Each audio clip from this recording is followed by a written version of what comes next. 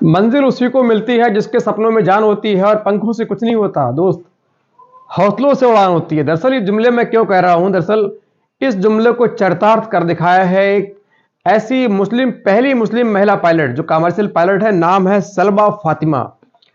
हैदराबाद की रहने वाली है सलमा फातिमा। भारत की पहली मुस्लिम महिला कमर्शियल पायलट हैं। दरअसल सलमा जो फातिमा है काफी गरीब परिवार से थी, काफी गरीब गुर्बत वाली जिंदगी जी रही थी। इनके जो पिता हैं उनका नाम होता है सैयद अशफाक अहमद।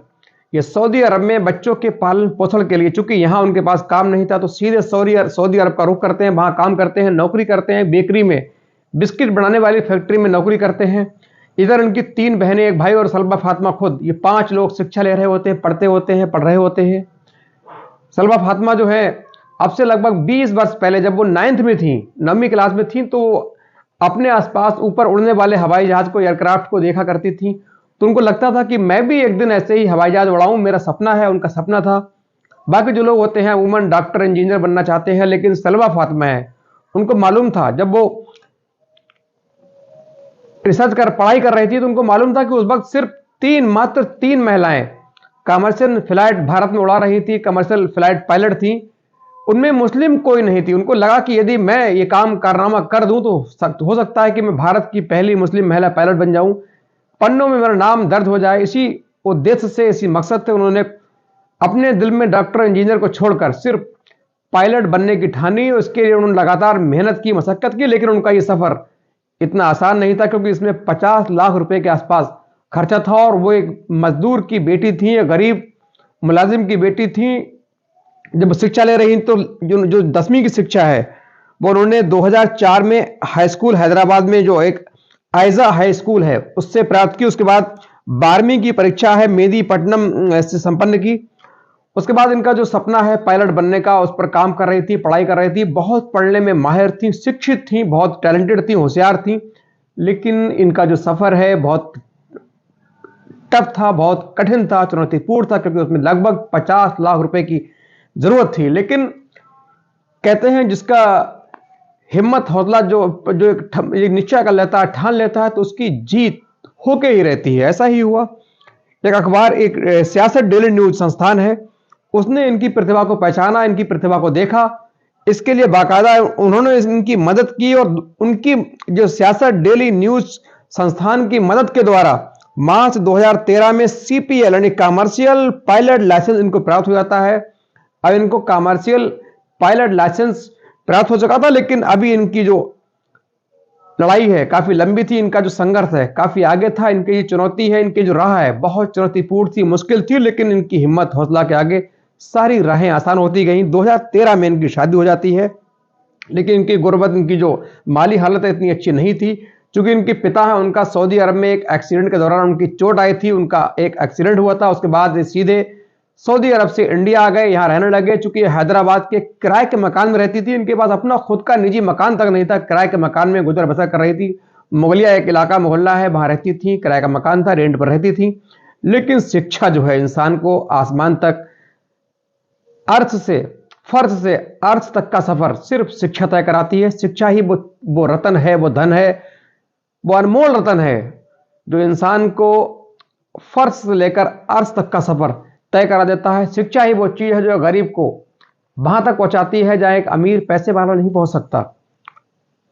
सलमा फातिमा ने ठान रखी थी इनको पायलट बनना है, पहली भारतीय मुस्लिम महिला पायलट बनकर दिखाना है। लेकिन उनकी राह बड़ी कठिन थी, क्योंकि अब तक जो सियासत डेली न्यूज है उन्होंने 18 लाख रुपए अपने पास से इनके ऊपर खर्च किए।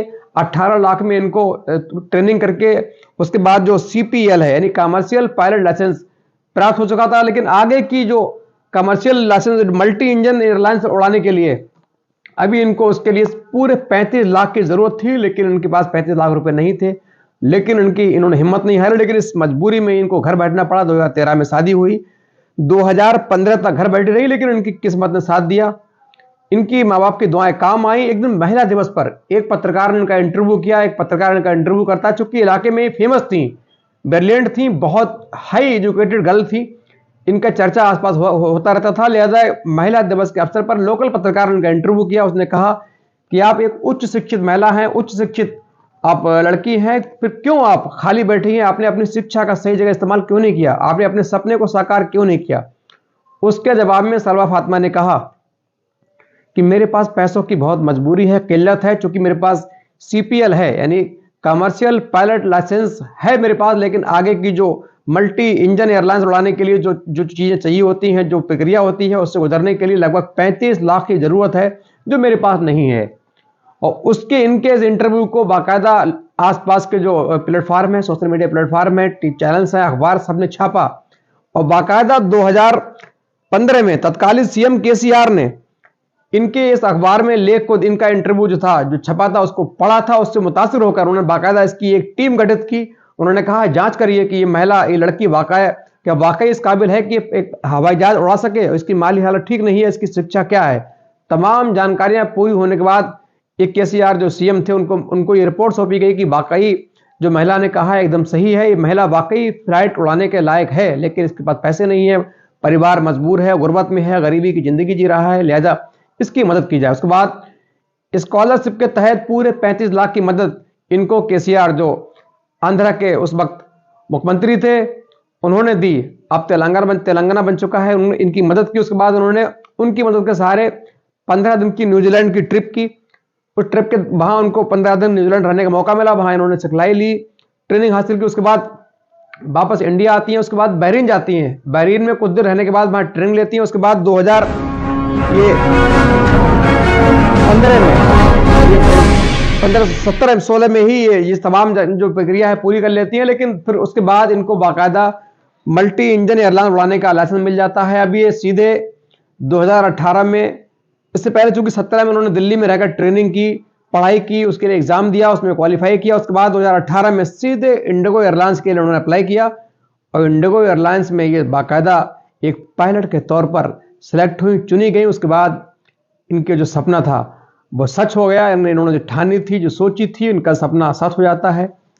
उसके बाद इनका इंटरव्यू, कई मीडिया चैनल ने इनका इंटरव्यू ले चुकी है। भारत की पहली मुस्लिम महिला पायलट बन चुकी थी। अब इनका चर्चा पूरे भारत में हो रहा था। ये आम महिला नहीं थी, अब पूरे भारत में इनका चर्चा था। पूरे भारत का बच्चा बच्चा इनको जान रहा था। टीवी चैनल्स में इनके तमाम इंटरव्यू आ रहे थे। इन्होंने बताया कि मेरा जो हिजाब है, चूंकि एक और बड़ी बात बता दूं, इन्होंने बाकायदा ट्रेनिंग से लेके पायलट बनने तक, आज तक ये पूरे अपने जो हिजाब है उसका इस्तेमाल करती हैं। बाकायदा हिजाब में रहकर अपना पूरा कार्य करती हैं, अच्छे से पूरा कार्य करती हैं। इनसे पूछा गया कि आपको हिजाब में कोई दिक्कत हुई, तो उन्होंने कहा मुझे आज तक हिजाब को लेकर कोई दिक्कत नहीं हुई, ना ही मुझे आज तक किसी ने मेरे हिजाब पर टॉन्ट कसा है। और सलमा फातिमा तमाम उन महिलाओं के लिए सबक है, शिक्षा है। अब खासतौर से मुस्लिम कौम के लिए एक सबक है, एक उदाहरण है, एग्जाम्पल है। जो बच्चों को ये कहकर पीछे कर लेते हैं कि हम मुस्लिम को नौकरी नहीं मिलती है, पढ़ा के करेंगे क्या, उनको सलमा फातिमा से सीखना चाहिए और सलमा फातिमा से सीखकर अपने बच्चों के भी शिक्षित बनाना चाहिए, जिससे देश और उनके समाज का भला हो सके, जिससे वो भी मुख्य धारा में रहकर अपने बच्चों की जिंदगी को अच्छा कर सके, उनका जो भविष्य है उसको